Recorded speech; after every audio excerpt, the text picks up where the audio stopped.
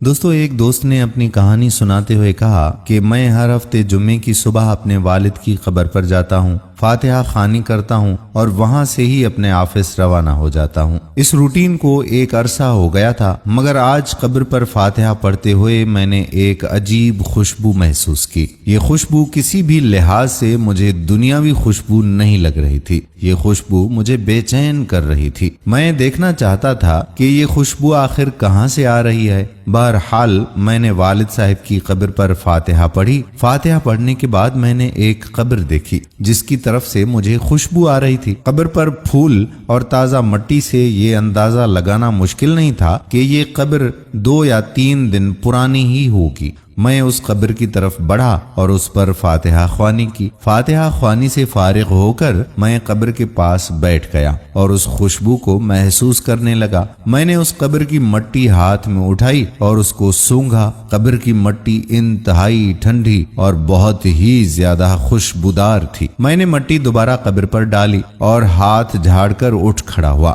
گھر آیا اور بھائی کی دکان کھولی۔ ایک گاہک سامان لینے آیا تو مجھ سے بولا کہ بھائی جان، آج کون سی خوشبو لگائی ہے آپ نے؟ میں نے کہا خوشبو؟ کون سی خوشبو بھائی؟ وہ بولا کہ بھائی خوشبو آپ لگاتے ہو اور پوچھ ہم سے رہے ہو، بڑے بھلے مانس آدمی ہو آپ بھی۔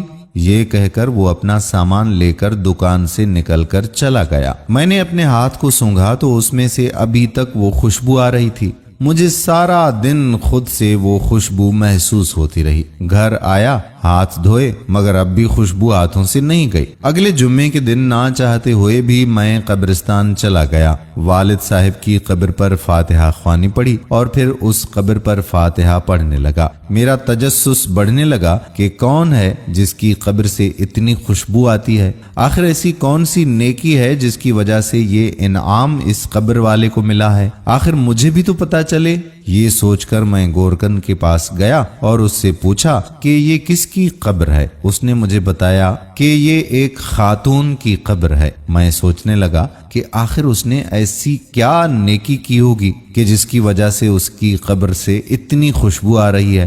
اگلے دن اتوار تھا۔ دیر تک سونے کی عادت کے باوجود میں صبح جلدی اٹھ گیا۔ فجر کی نماز ادا کرنے کے بعد قبرستان چلا گیا۔ والد صاحب کی قبر پر فاتحہ پڑھنے لگا۔ جب میں فاتحہ پڑھ رہا تھا تو میں نے دیکھا کہ ایک شخص اس قبر کے پاس بیٹھا قرآن پاک پڑھ رہا ہے۔ میں فاتحہ پڑھ رہا تھا کہ وہ شخص اٹھ کر باہر کی طرف چل پڑا۔ میں بھی فاتحہ پڑھ کر اس شخص کے پیچھے چل پڑا اور اس کو آواز دی، جناب رکیے گا۔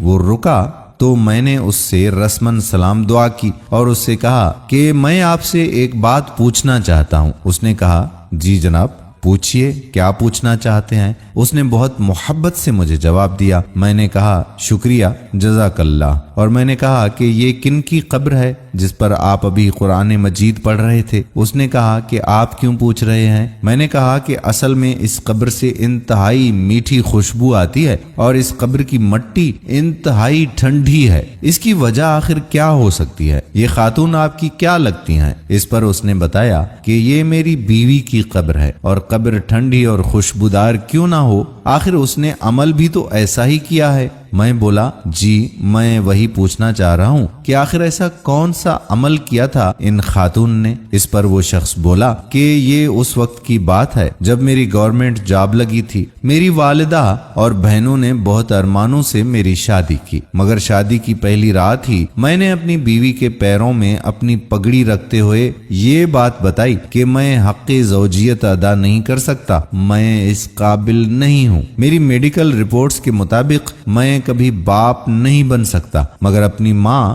اور اپنی بہنوں کی خوشی کی خاطر میں خود غرض بن گیا تھا، مجھے معاف کر دو۔ اس پر اس نے کہا کہ آپ جیسے بھی ہیں اب میرے شوہر ہیں، مجھے اپنی ساری زندگی آپ کے ساتھ ہی گزارنی ہے۔ اس کے بعد اس کو میری ماں کے طنز اور تانے سننے بھی پڑے۔ وہ اسے بانجھ پن کے تانے دیتی، مگر اس نے کبھی میرا راز نہ کھولا اور سب چپ چاپ خاموشی سے برداشت کرتی رہی۔ اس کے صبر اور برداشت کے لیے آج اسے یہ انعام ملا ہے۔ میں سن کر حیران رہ گیا۔ واہ کیا قربانی اور کیسی برداشت تھی اس عورت کی۔ مگر افسوس کہ آج کل شادی شدہ جوڑے ایک دوسرے کو نیچا دکھانے میں کوئی بھی کسر نہیں چھوڑتے۔